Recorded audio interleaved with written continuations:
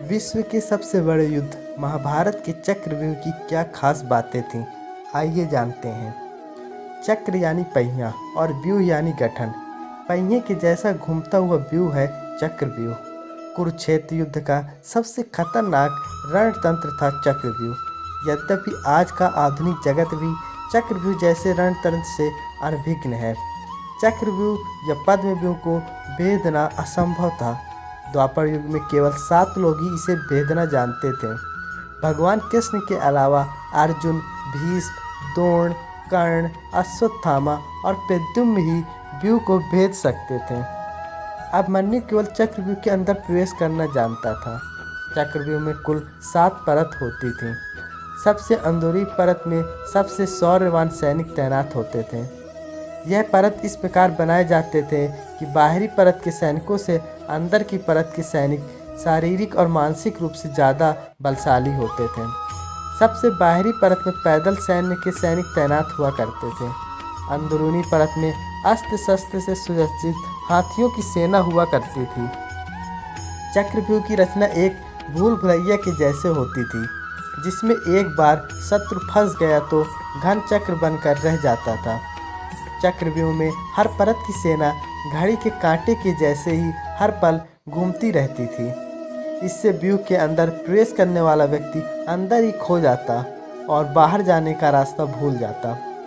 महाभारत में व्यूह की रचना गुणद्रोणाचार्य ने की थी। चक्रव्यूह को युग का सबसे सर्वश्रेष्ठ सैन्य दल माना जाता था। चक्रव्यूह को घूमता हुआ मौत का पहिया भी कहा जाता था, क्योंकि एक बार जो इस व्यूह के अंदर गया वह कभी बाहर नहीं आ सकता था।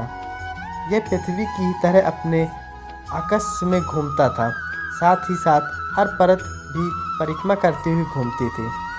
इसी कारण से बाहर जाने का द्वार हर वक्त अलग दिशा में बदल जाता था, जो शत्रु को भ्रमित करता था। अद्भुत और अकल्पनीय युद्ध तंत्र था चक्रव्यूह। आज का आधुनिक जगत भी इतने उलझे हुए और असामान्य रणतंत्र को युद्ध में नहीं अपना सकता। जरा सोचिए कि सहस्त्र वर्ष पूर्व चक्रव्यूह जैसे घातक युद्ध तकनीक जो अपनाने वाले कितने बुद्धिमान रहे होंगे। चक्रव्यूह ठीक उसी आंधी की तरह था जो अपने मार्ग में आने वाले हर चीज़ को तिनके की तरह उड़ाकर नष्ट कर देता था। माना जाता है कि चक्रव्यूह का गठन शत्रु सैन्य को मनोवैज्ञानिक और मानसिक रूप से इतना जर्जर बनाता था कि एक ही पल में हजारों शत्रु सैनिक प्राण त्याग देते थे। आपको जानकर आश्चर्य होगा कि संगीत या शंख के नाद के अनुसार ही चक्रव्यूह के सैनिक अपने स्थिति को बदल सकते थे। कोई भी सेनापति या सैनिक अपनी मनमर्जी से अपनी स्थिति को बदल नहीं सकता।